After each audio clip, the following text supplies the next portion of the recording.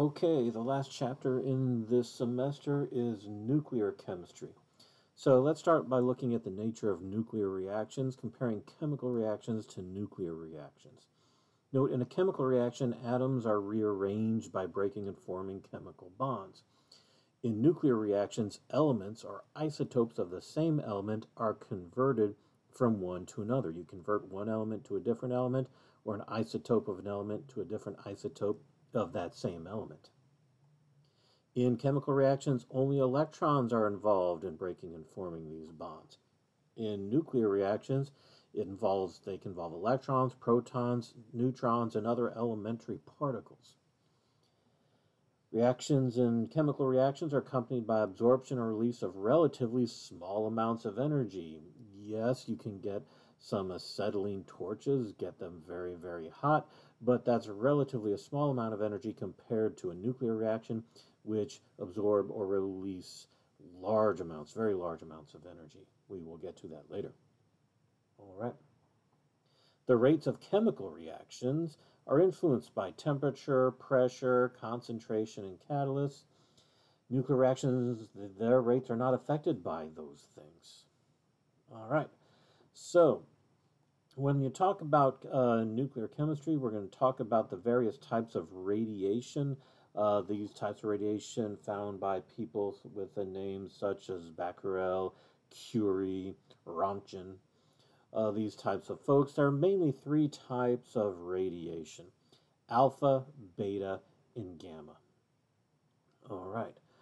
So, alpha radiation, just for knowledge, is stopped by your clothing. So, alpha radiation outside of your body while you're wearing clothing is not too much of a problem. Beta radiation will go a few millimeters into your tissue, so you got to worry about that. Gamma goes right through you. All right. So, we will come back to these types of radiation. First, we need to look at some of our particles and look at some of our notations of these particles so that we can understand alpha, beta, and gamma better. And also, we need to look at these particles so we can balance our nuclear equations. All right. So, when you do these nuclear equations, you must indicate the number of protons and neutrons. Let's recall from like the first week of Gen Chem 1, the symbols for elementary particles. Remember, you'd have a symbol such as this. Here's a hydrogen atom. Note that the number down here is the atomic number. That's the number of protons. The number above it is the mass number, the number of protons plus neutrons. Now, the fact that there's a 1 down here means this has to be a hydrogen, because you look on the periodic table and the element with 1 proton in the nucleus is hydrogen. So if this is an H for hydrogen, this can only be 1. You can't have a 2 down here. But the mass number is the number of protons and neutrons. Recall that this is hydrogen 1, the normal isotope of hydrogen, but there is a hydrogen that has neutrons, so that's 2 as the mass number. It has 1 proton and 1 neutron, so we have a 2 up here for the mass number, and that is hydrogen 2, also known as deuterium.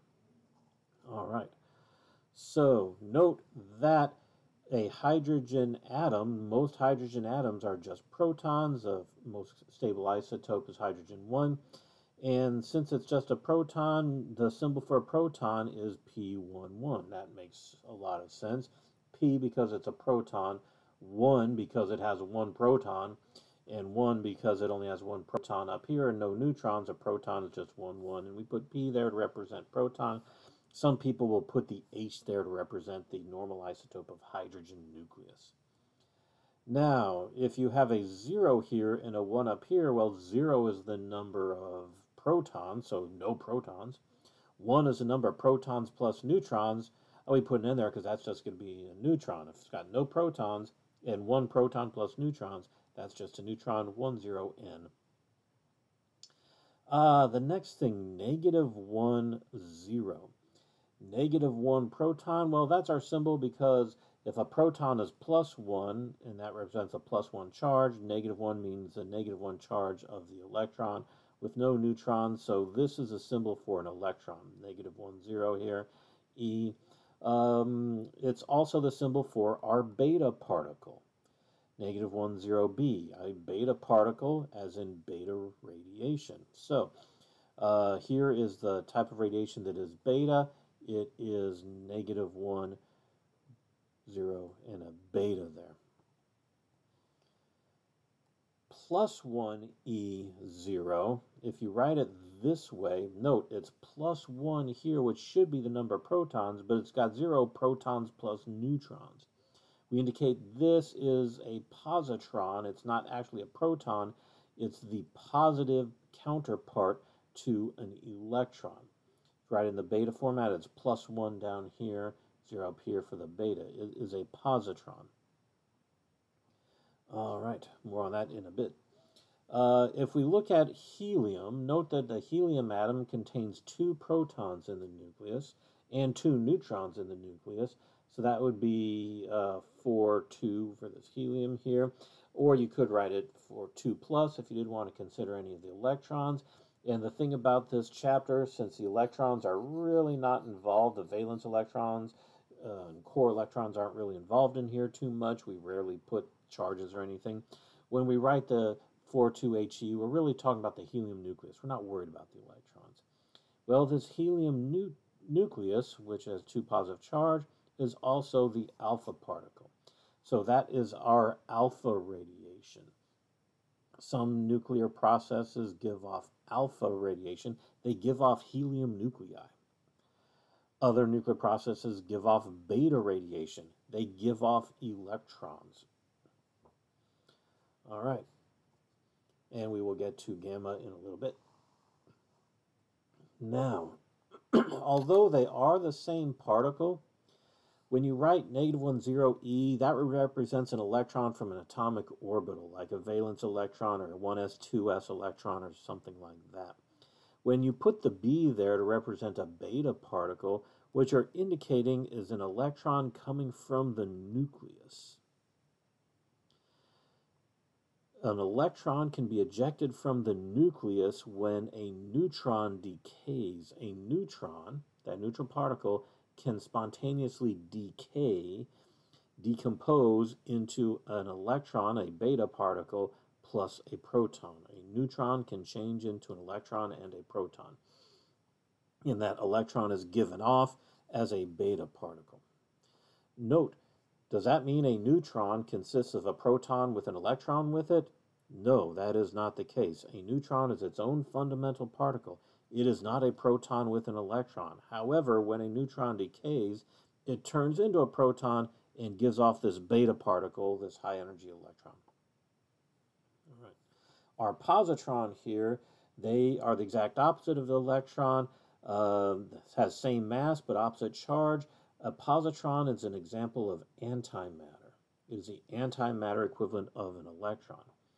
And the interesting thing about antimatter is whenever matter, normal matter, meets its antimatter counterpart, meaning if a normal electron were to meet a positron, then the two would annihilate each other and turn into pure energy, and that energy will be as a gamma ray. Gamma rays are the other type, the third type of radiation. We had alpha radiation, which is a helium nucleus. We have beta radiation, which is a very energetic electron that comes from the nucleus. And then we have gamma rays, which is energy from the electromagnetic spectrum. Remember, visible, UV, radio, X-rays, and gamma rays. This is another type of radiation, these gamma rays, and is often given the symbol 0, 0. No charge, no positive or negative to it, no protons, no mass. It's pure, it's just energy. It's pure energy. And very high energy, gamma. Okay. So,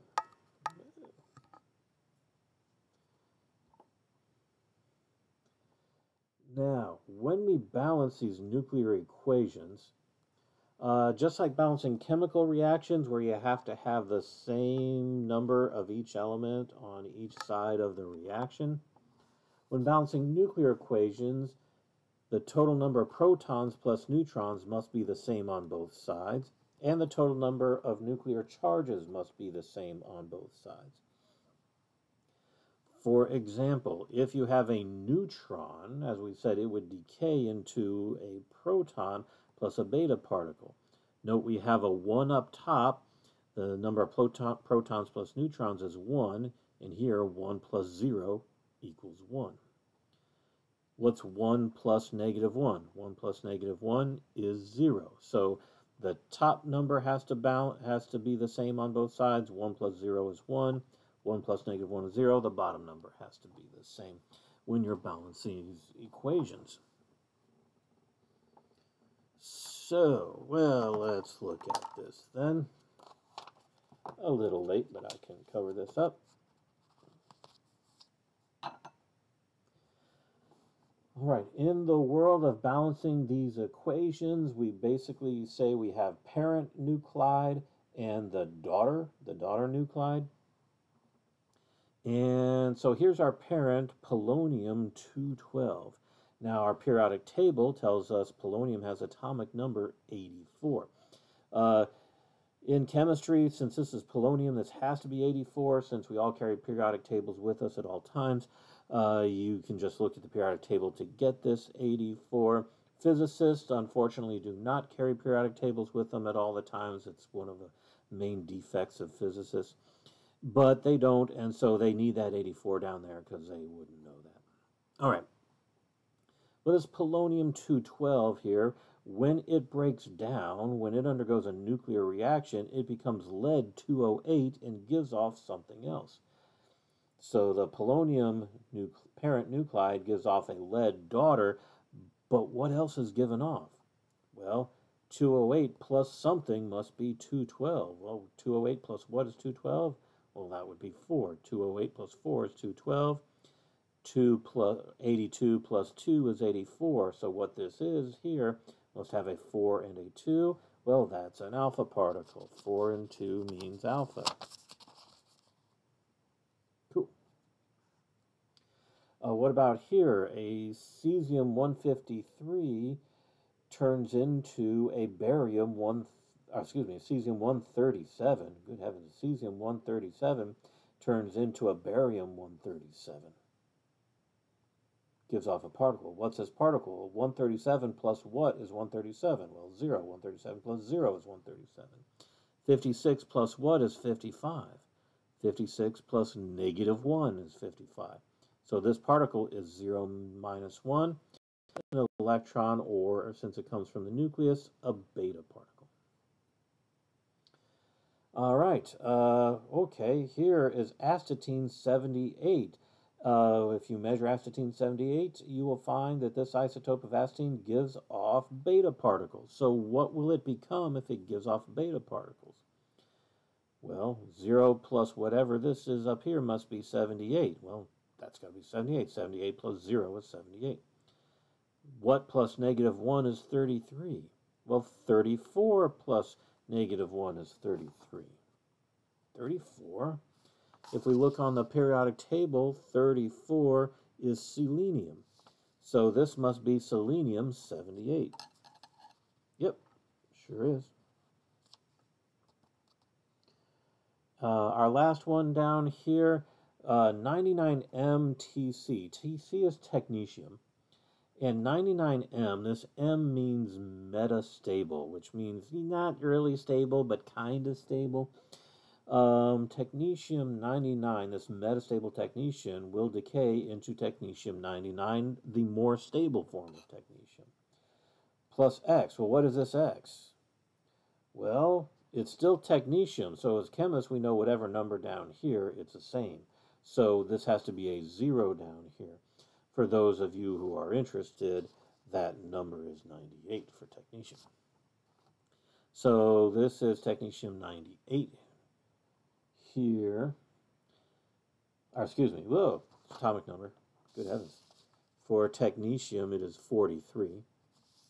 So this is 43 here and 43 here. It's the same as technetium. So 43 plus what is 43? 0 down here. 99 plus what is 99? 0 up here. What's 0, 0? A gamma ray. All right. So when we look at the nuclei, well, actually that's enough for right now. We will go on to nuclear stability in the next video.